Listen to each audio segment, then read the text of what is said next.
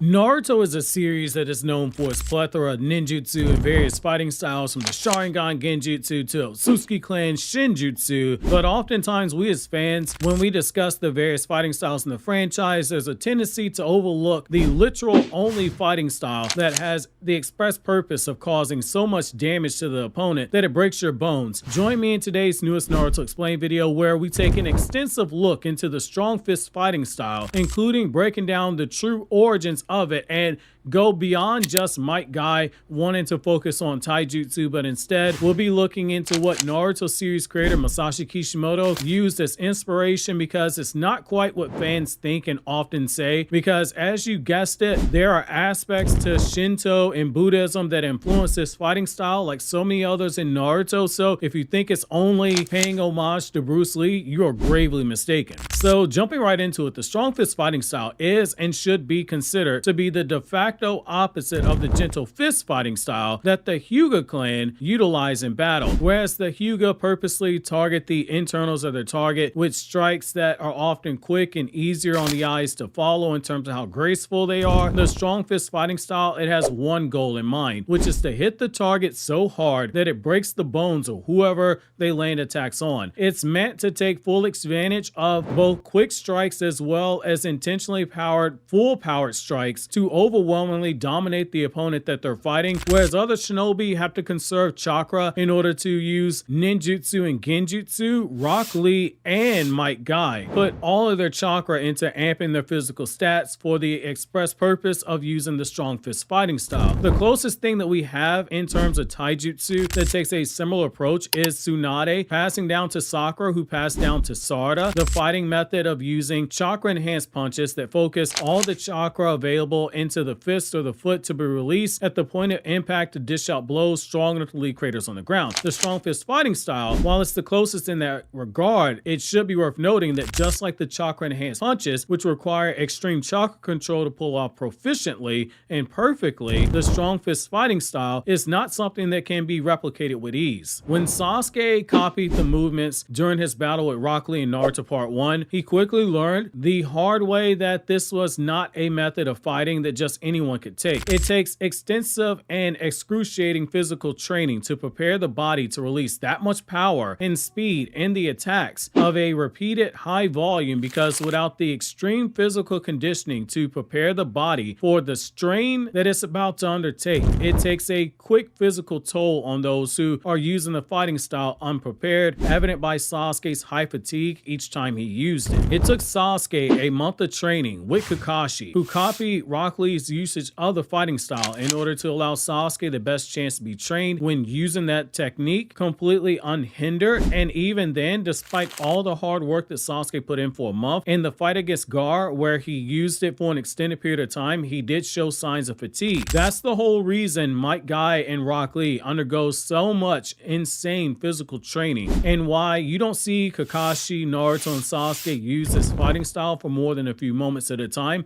because of the high stamina costs. And even with Naruto and Kakashi, that's anime filler when they use it, so you shouldn't even consider it. What we'll do now is we're going to take a much needed and closer look at the Shinto and Buddhism influences of this fighting style, since so much of Naruto is a story that draws on these things, and then we'll take a look at the real world inspirations. And I feel very confident in saying nobody on YouTube has talked about the Shinto and Buddhism influences on this fighting style. So like a lot of Naruto, when it draws on something, it doesn't do it verbatim, and it tends to put its own twist onto the inspiration, which is exactly what happened here. The strong fist style used by Rock Lee and Might Guy in Naruto does not directly draw on any one specific Shinto or Buddhism practice, but there are several philosophical and cultural elements from these traditions that influence and parallel aspects of the approach that Rock Lee and Might Guy take with martial arts. So with the Shinto influences, you have physical purity and discipline. So in Shinto, the indigenous religion of Japan, it emphasizes purity, both physical and spiritual. The rigorous training and physical discipline that both Guy and Rock Lee undertake can be seen as aligning with Shinto's focus on purification through exertion and discipline. Their dedication of training reflects the Shinto belief in perfecting oneself through physical acts. You also have the spirit of nature. So Shinto is a strong connection with nature, and many of its practices are about harmony harmonizing with natural forces. The dynamic and fluid movements of strong fist fighting style could be seen as an artistic expression of this harmony, while also embodying the spirit of their kami with their movements, much like how Shinto rituals mimic natural movements or invoke natural deities. The ferocity in which they are fighting, that all goes back to the whole belief of the will of fire and passing down one's ninja way and beliefs and etc. to the next generation, but also that high intent that you see with people who carry the will of fire that's reflected in their movements. You also have to look at it from this perspective. So look at it from the respect and ritual perspective. The respect shown by Guy and Lee to each of their opponents, as well as the ritualistical aspects of their training, like opening the 8 gates. It echoes Shinto's emphasis on respect, ritual, and the sacred nature of certain actions and spaces. With the Buddhist influences, you have the path of enlightenment, which is a concept that the Boruto Naruto Next Generation story and the Boruto 2 Blue Vortex stories, they each borrow heavily on this with this plot points, but long before Boruto ever came into existence, we had the strong fist fighting style do all of this first. The path of enlightenment is the first one to look at. So Buddhism, in particular Zen Buddhism, has influenced many aspects of Japanese culture, including martial arts. The concept of no mind, or zanshin, the remaining mind, where the acts without conscious thought, could be parallel to Guy and Lee's ability to fight instinctually and intensely and focus that they have transcended beyond their normal limitations. In Naruto, we've seen it how we have characters refer to the fact that their bodies move without thinking. It's a similar thing with Lee and Might Guy's fighting style. Their fighting is seen as a form of moving meditation where the mind itself is clear and the actions that flow, they come from a place of deep concentration. You also have effort and perseverance. So the Buddhist principle of continuous effort and the value of perseverance, it aligned with Lee and Might Guy's never give up attitude. The story of the tortoise and the hare, it is often cited in Buddhist teachings about steady and persistent effort. It is mirrored in how they train and they fight, especially in Might Guy's case with this slow and steady approach to surpass his rivals. If you look at a lot of what you see with Rock Lee and with Might Guy, you'll hear them say multiple times, better than I was the day before, better than I was yesterday, depending on the translation that you use. That's where that comes from. You also have the non-attachment factor. While it's not directly shown, the idea of a non-attachment in Buddhism could be seen in how they face their injuries and their defeat. Their ability to bounce back from several severe setbacks, like Lee's recovery from his injuries even after his darkest time,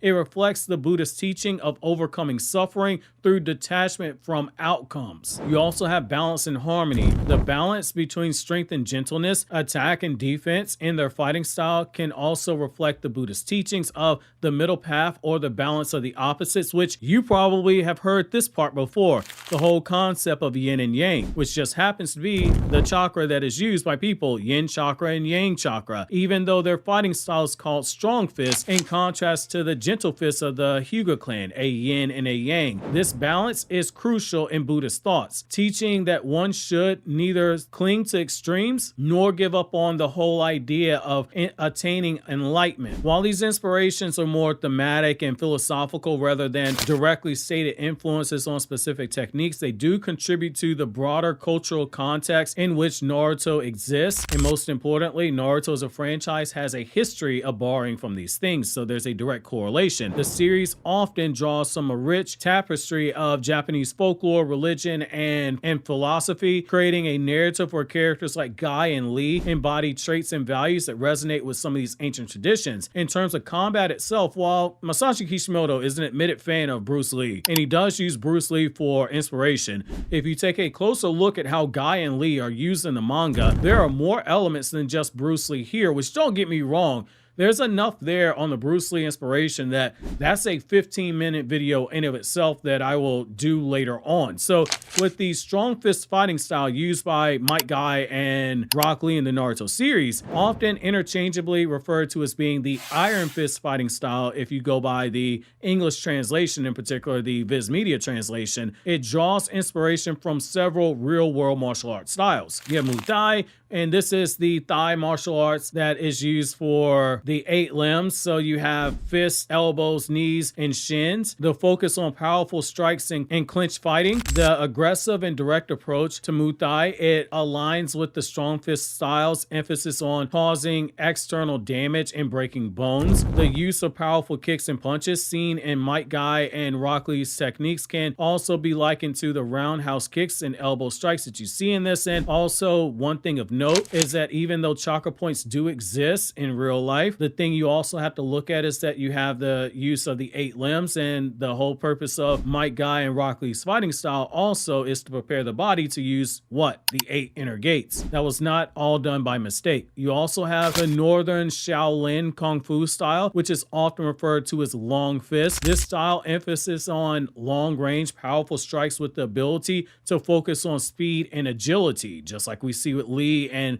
with Mike Guy, they focus on speed and agility. It's a technique that includes wide stances and high sweeping kicks, which are reminiscent to the acrobatic movements of Guy and Rock Lee. The philosophy of overpowering the opponent with sheer force and speed could influence the strong fist approach when you look at it from that perspective. Now you should be looking at, say, Rock Lee when he sweeps Naruto off his feet a little bit differently. The same when you look at Mike Guy doing dynamic entry, you should look at that different. You also have Taekwondo that is added to their fighting style as well. This is known for the high spinning and jumping kicks. Taekwondo's techniques are very visually similar to the aerial maneuvers and strong kicking style employed by Mike Guy and Rock Lee. The emphasis on speed and the use of legs for powerful attacks are evident in their fighting, particularly when you look at the leaf whirlwind and dynamic entry moves. Again, you can interchange which one you think the inspiration is from. You also have a Southern Chinese martial arts style, which is characterized with its strong and low stances and powerful hand techniques, including punches and palm strikes. While it's not directly as influential as Muay Thai and with Taekwondo, its focus on generating power from the lower body is also seen in the strong fist style of the whole use of the whole body momentum to amplify force. You also have Jeet Kune Do. Although it's not explicitly stated, Bruce Lee's philosophy on efficiency and minimal movement in this style, it could have likely inspired the fluid and adaptive style that we see Lee and Guy use. Again, there's a lot there with Rock Lee and Bruce Lee. Their adaptability and their ability to adjust to their opponents while fighting and maintaining a high level of intensity